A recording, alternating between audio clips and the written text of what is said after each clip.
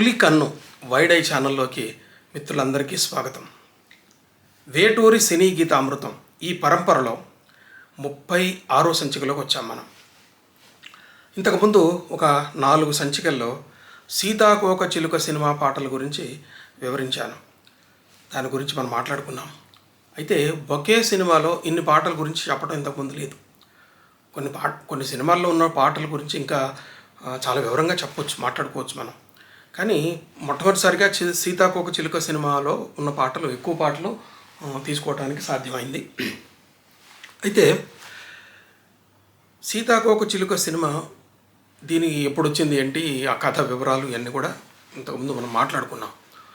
ఈ సీతాకోక చిలుక సినిమా 1981లో వచ్చింది. అప్పుడు ఎంఏ ఫైనల్ ఇయర్లో ఉన్నా అనుకుంటా నేను. యువకులను విపరీతంగా ఆకర్షించిన సినిమా ఇది. ఒక అడాల్సెంట్ ఏజ్లో ఉన్నటువంటి హీరోయిన్ల ప్రేమ కథని, అందులో పైగా అబ్బాయి హిందూ, అమ్మాయి క్రిస్టియన్, తర్వాత చాలా చిన్న ఏజ్లో ఉన్నారు. ఈ వాళ్ళ పెళ్లి మీద చాలా వ్యతిరేకత వచ్చింది, రెండు వైపులా వ్యతిరేకత వచ్చింది. చాలా చాలా ఒక పోరాటం లాగా నిలబడి వాళ్ళు పెళ్లి కోసం వాళ్ళు సాధించుకోవడానికి ప్రయత్నం చేశారు. అయితే ఈ క్రమంలోనే హీరోయిన్లకి మొదట్లో పోట్లాట చాలా సినిమాల్లో ఉన్న కథ ఇది. హీరో వాళ్ళ తొట్టి గ్యాంగి ఫ్రెండ్స్ ఉంటారనమాట. ఆ ఫ్రెండ్స్ అందరూ అమ్మాయిని టీచ్ చేయటం. ఆ అమ్మాయి టీచ్ చేస్తే ఈ అమ్మాయి అంటే నువ్వు కాకిలాగా పాడుతుంది, పాడింది పట్టణాల కాకి అని ఒక పాట రాశాడు. ఆ పాట గురించి తను మాట్లాడుకున్నాం. అయితే అమ్మాయి కాకిలాగా పాడిందని ఎక్కిరిస్తారనమాట. దాని ఛాలెంజ్కి తీసుకున్న అమ్మాయి ఒక సంగీత మాస్టర్ గారి ఇంటికి వెళ్ళి, ఒక లేడీ అనమాట, విధవ పెద్ద ఆవిడ. అయితే ఈ అబ్బాయి తల్లి అని తెలియదు అమ్మాయికి. మొట్టమొదటి పోతుంది ఆ అమ్మాయి, ఆమె దగ్గర సంగీతం నేర్చుకుంటుంది. సంగీతం నేర్చుకున్న తర్వాత అద్భుతమైనటువంటి స్వరాలతోటి, ఒక ఆలాపనతోటి అద్భుతమైన రాగాలను పాడగలిగేటువంటి స్థితికి అమ్మాయి వచ్చింది.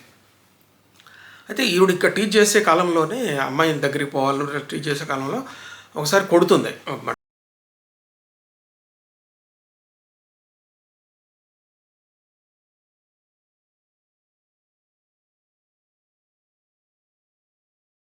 వాడిని చంపనది కొడుతుంది. ఆ క్షణంలోనే ఈ పాట మొదలవుతుంది. ఆ పాట ఏంటంటే, సాగర సంగమమే ప్రణయ సాగర సంగమమే అంటాడు. ఇది పల్లవి. ఈ పాట నాట్యం కోసం రాశాడు వేటూరి నాట్యం కోసం చాలా సినిమాల్లో చాలా పాటలు రాశాడు. మనకి విరాట పర్వంలో కానీ ఆడవే హంసగమన అని కానీ, అట్లాగే మయూరి సినిమాలో రాసినటువంటి ఆ పాట కానీ, చాలా అద్భుతమైన పాటలు రాశాడు. నాట్యం కోసం రాశాడు. ఇక శంకరాభరణం గురించి అయితే చెప్పేది ఏం లేదు. శంకరాభరణం రాగంతానం పల్లవి పాట కానీ, శంకరాభరణం పాట కానీ, ఇవన్నీ నాట్యం కోసం చాలా మంచి పాటలు రాశాడు. కానీ ఇందులో అప్పటికి శంకరాభరణం ప్రభావం చాలా సినిమాల మీద పట్టడం మొదలైంది. పిల్ల శంకరాభరణాలు వచ్చినాయని పిల్ల వస్తు చరిత్రలను మనం చెప్పుకునేవాళ్ళం కదా. అట్లాగే ఈ పిల్ల శంకరాభరణాలు చాలా వచ్చినాయి. ఈ పిల్ల శంకరాభరణాలు వచ్చే క్రమం దీంతో మొదలైంది దాదాపు. అంటే 79లో మనకి శంకరాభరణం వస్తే ఇది 81లో వచ్చింది. అంటే 2 సంవత్సరాల గ్యాప్. ఆ ప్రభావంతో ఇందులో హీరోయిన్ తోటి శంకరాభరణం లాగా డ్యాన్స్ చేయిస్తాడు. సాగర సంగమమే ప్రణయ సాగర సంగమమే కలలై అలలై ఎగసిన కడలికి, కలలై అలలై ఎగసిన కడలికి, కలలో ఇలలో దొరకని కలయిక సాగర సంగమమే. ఈ సాగర సంగమం అంటే ఒక నది వచ్చి సాగరంలో కలిసేదాన్ని సాగర సంగమం అంటాం. ఆ ప్రదేశాన్ని సాగర సంగమం అంటాం. కృష్ణానది హంసలదేవి దగ్గర పోయి సముద్రంలో కలిసినా కానీ, అంటే గోదావరి అంతర్వేది దగ్గర సముద్రంలో కలిసే కానీ ఆ ప్రదేశాన్ని సాగర సంగమం అంటారు. అయితే ఈ పాట బాగా సక్సెస్ అయింది. ఈ కారణంగా అయితే ఈ సినిమా తీసింది కూడా పూర్ణోదయ మూవీ క్రియేషన్ వాళ్ళు. ఈ పూర్ణోదయ మూవీ క్రియేషన్ వాళ్ళే తర్వాత శంకరాభరణం తీసిన పూర్ణోదయ మూవీ క్రియేషన్ వాళ్ళు ఈ సీతాకోక చిలుక తీశారు. వీళ్ళే ఆ తర్వాత సాగర సంగమం సినిమా తీశారు. సాగర సంగమం సినిమా ఒక నాట్యాచార్యుడి జీవితం. అయితే ఆ నాట్యాచార్యుడి జీవితాన్ని సినిమాగా తీసేటప్పుడు ఏ పేరు పెట్టాలనే ఆలోచన వచ్చినప్పుడు మళ్ళీ ఇదే గుర్తొచ్చింది వాళ్ళకి.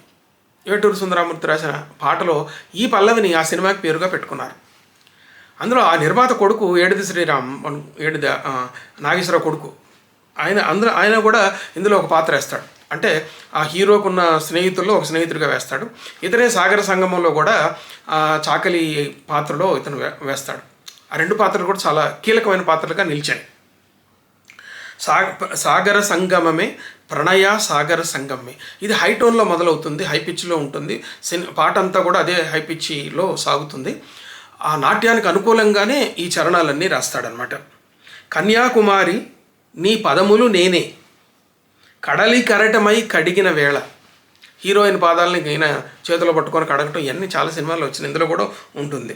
కన్యాకుమారి నీ పదములు నేనే, కడలి కెరటమై కడిగిన వేళ, సుమ సుకుమారి నీ చూపులకే తడబడి వరములు అడిగిన వేళ,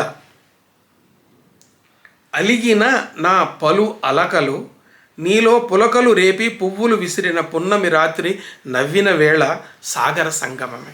సాగర సంగమం ఎప్పుడు జరుగుతూ ఉంది అంటే ఇదిగో ఇప్పుడు జరుగుతూ ఉంది అంటాడు. ఎప్పుడు అది? కన్యాకుమారి. ఓ కన్యాకుమారి. నిజంగా ఈ సినిమా కూడా కన్యాకుమారిలో తీశాడు. ఆ సూర్యాస్తమయం సూర్యోదయం రెండు తీయడానికి వీలయ్యేది ఎక్కడంటే కన్యాకుమారిలో కుదురుతుంది. అందుకని అక్కడ తీశాడు ఈ సినిమాని. ఒక పల్లెటూరులో తీస్తారు అక్కడ ఆ ఏరియాలో. ముట్టూరో ఏదో చెప్పారు ఆ ఊరి పేరు. కన్యాకుమారి నీ పదములు నేనే, కడలి కెరటమై కడిగిన వేళ.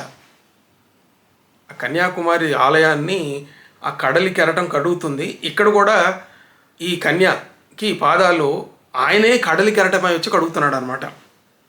అలిగిన నా పలు అలకలు నీలో పులకలు రేపి పువ్వులు విసిరిన పున్నమి రాత్రి నవ్విన వేళ. ఇది సాగర సంగమం అంటాడు అనమాట. సాగర సంగమం అంటారు. రెండో చరణం కూడా చూడండి.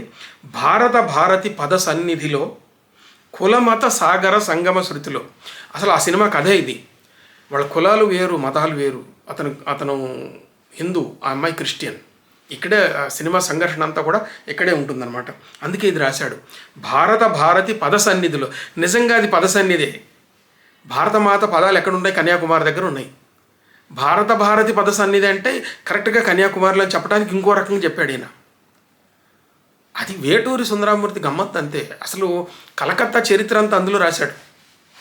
మన చూడాలని ఉంది సినిమాలో చిరంజీవి పాడే పాటలో యమహా నగరి కలకత్తా నగరి అని చెప్తాడే ఆ పాటలో అనమాట. అది ఇక్కడ కూడా అదే ముద్ర వేస్తాడు. ముద్ర ఏంటంటే కన్యాకుమారి అయిన ఆ అమ్మాయిని గురించి చెప్తున్నాడు.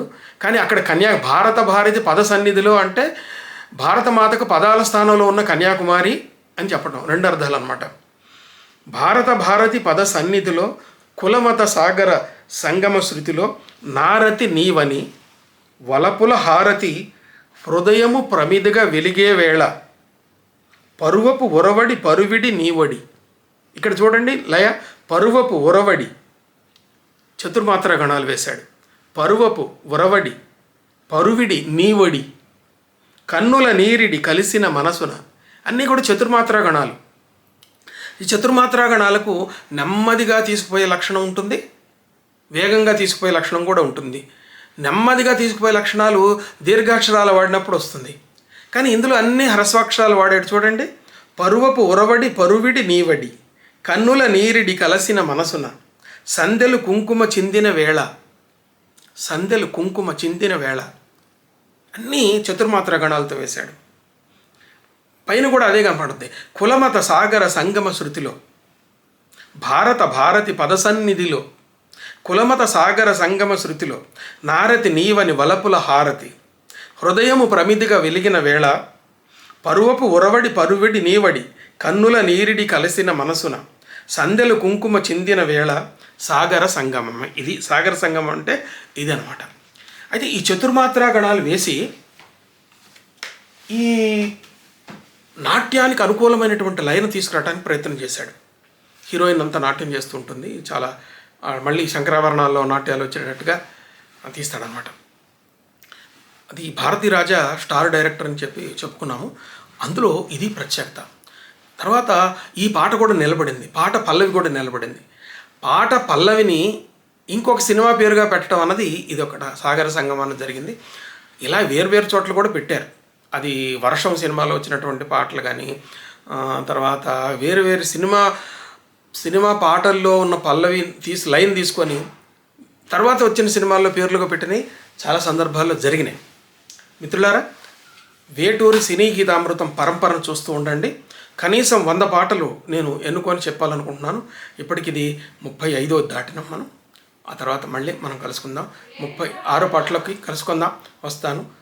మీకు ఈ వీడియో మీకు నచ్చితే లైక్ చేయండి, మిత్రులకు షేర్ చేయండి. ఉంటాను. నమస్తే.